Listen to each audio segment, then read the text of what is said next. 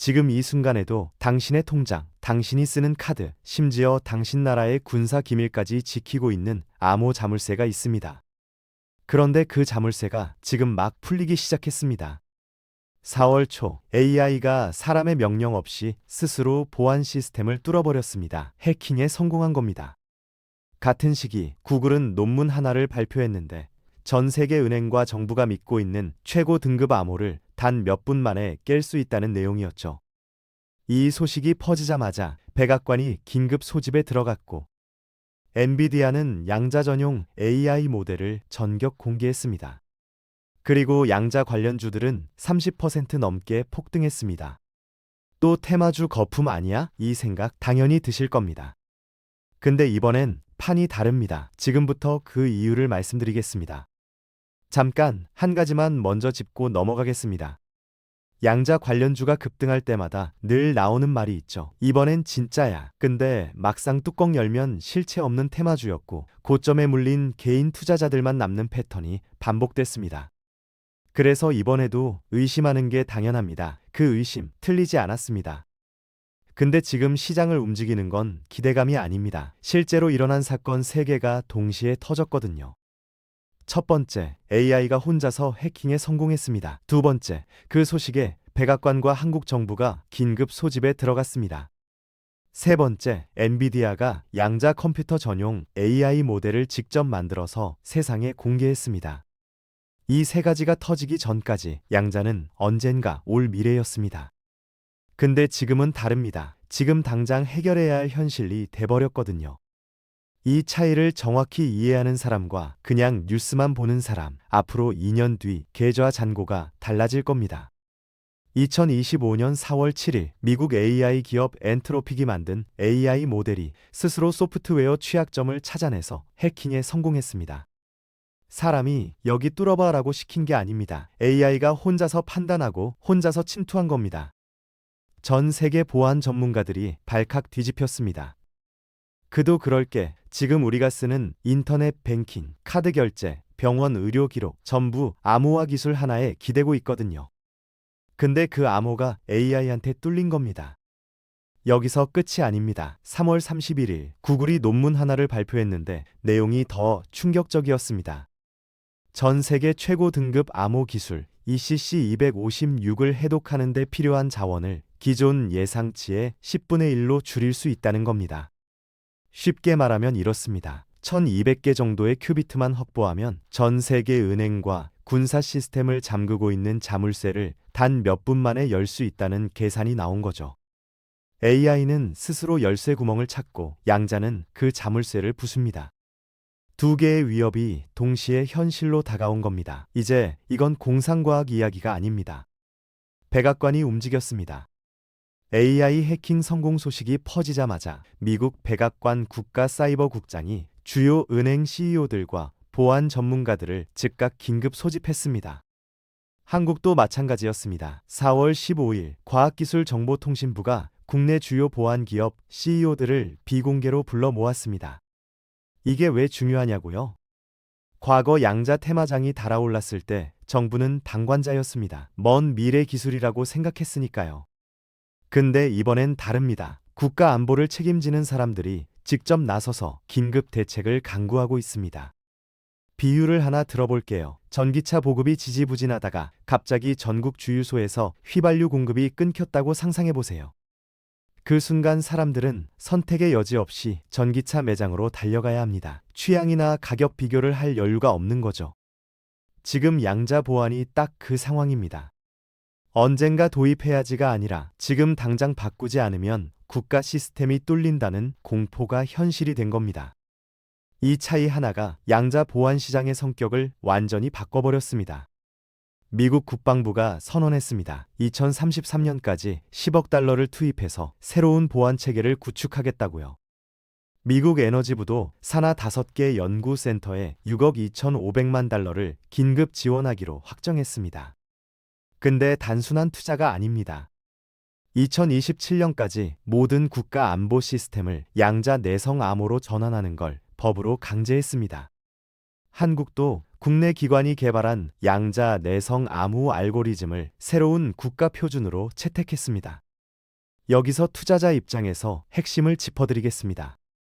정부가 법으로 강제한다는 건 기업과 기관이 싫어도 사야 한다는 뜻입니다. 좋아서 사는 게 아니라 안 사면 법 위반이 되는 겁니다. 이게 바로 강제 수요입니다. 30대 직장인 이 과장을 예로 들어볼게요. 회사에서 갑자기 공문이 내려옵니다. 올해 안으로 전 시스템 양자 보안 전환 완료, 미이행 시 정부 계약 자격 박탈. 이 과장은 예산이 없어도 마음에 안 들어도 구매해야 합니다. 이런 강제 수요가 전 세계 기업과 기관에 동시에 발생하는 겁니다. 시장 규모가 수조 달러라는 말이 이제 허풍이 아니라 숫자로 보이기 시작하지 않나요? 양자 컴퓨터 얘기가 나오면 보통 보안, 해킹 이야기만 합니다. 근데 이게 훨씬 더 큰 이야기거든요. 신약 하나를 개발하는데 평균 10년에서 15년이 걸립니다. 비용은 수조 원이 넘죠. 그 시간과 돈의 대부분이 분자 결합 시뮬레이션에 쏟아집니다. 이 분자가 저 분자랑 결합하면 어떤 반응이 나오는지 수백만 가지 경우의 수를 일일이 계산해야 하거든요. 양자 컴퓨터는 이걸 며칠 만에 끝냅니다. 실제로 글로벌 제약사 아스트라제네카가 양자 기술을 도입해서 신약 후보 물질 시뮬레이션 시간을 수개월에서 수일로 2, 3배 이상 단축하는 데 성공했습니다. 에너지 산업도 마찬가지입니다. 꿈의 배터리, 상온 초전도체 이런 것들이 왜 아직도 안 나오냐고요? 소재 비율 조합이 수억 가지가 넘는데 기존 컴퓨터로는 평생 계산해도 못 찾는 겁니다. 양자 컴퓨터는 그걸 현실로 만들 수 있습니다. BMW는 이미 양자 알고리즘으로 부품 공급망 최적화에 성공했고 현대자동차도 자율주행 기술에 양자를 도입해 성과를 내고 있습니다. 보안만의 이야기가 아닙니다. 제약, 에너지, 자동차까지 양자는 산업 전체를 뒤흔드는 게임 체인저입니다. 엔비디아가 움직였습니다. 이게 왜 중요한지 딱 한 문장으로 설명할 수 있습니다. 엔비디아가 가리키는 방향으로 글로벌 자본이 몰립니다. 과거 광통신 시장이 그랬던 것처럼요. 4월 14일 엔비디아는 양자 컴퓨터 전용 오픈소스 AI 모델 이징을 공개했습니다. 이게 뭘 하는 모델이냐고요? 양자 컴퓨터의 치명적인 약점을 잡아주는 겁니다. 양자 컴퓨터는 연산 속도는 경이롭지만 오류율이 높습니다. 계산은 빠른데 실수를 많이 한다는 거죠. 엔비디아의 이징 모델과 GPU가 바로 그 실수를 옆에서 실시간으로 교정해주는 역할을 합니다. 발표 직후 엔비디아 주가가 급등했고 마이크론, AMD 등 반도체 지수까지 동반 폭등하며 사상 최고치를 경신했습니다. 엔비디아는 여기서 멈추지 않았습니다. MVQ 기술을 발표하며 주요 양자 기업들과 미국 국립연구소들을 자사 생태계 하나로 묶어버렸습니다. 쉽게 말하면 엔비디아가 양자 산업의 중심축이 되겠다고 선언한 겁니다. AI 시대에 엔비디아 GPU 없이는 아무것도 못 돌리듯 양자 시대에도 엔비디아 없이는 아무것도 못 굴리는 구조를 만들고 있는 거죠. 양자 컴퓨터가 상용화되면 반도체 끝나는 거 아니야, 이런 걱정 주변에서 많이 들으셨죠? 결론부터 말씀드리면 완전히 반대입니다.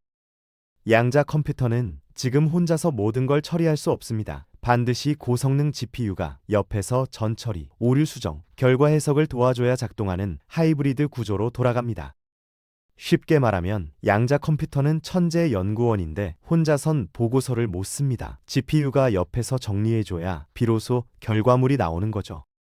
그러니까 양자 기술이 퍼질수록 GPU 수요는 줄어드는 게 아니라 오히려 폭발적으로 늘어납니다. GPU 수요가 늘면 자연스럽게 HBM, 고대 역폭 메모리 수요도 따라 올라갑니다. 이게 한국 메모리 반도체 기업들한테 강력한 장기 호재로 작용하는 이유입니다. 실제로 양자 관련주가 급등하는 날 반도체 업종 지수까지 같이 올랐습니다. 우연이 아닙니다. 스마트 머니가 이미 이 구조를 읽고 함께 베팅하고 있다는 신호거든요. 양자와 반도체, 경쟁이 아니라 동반 성장입니다. 이 한 가지만 제대로 이해해도 앞으로 뉴스 볼 때 보이는 게 완전히 달라질 겁니다. 자, 여기서 냉정하게 한번 따져봐야 합니다.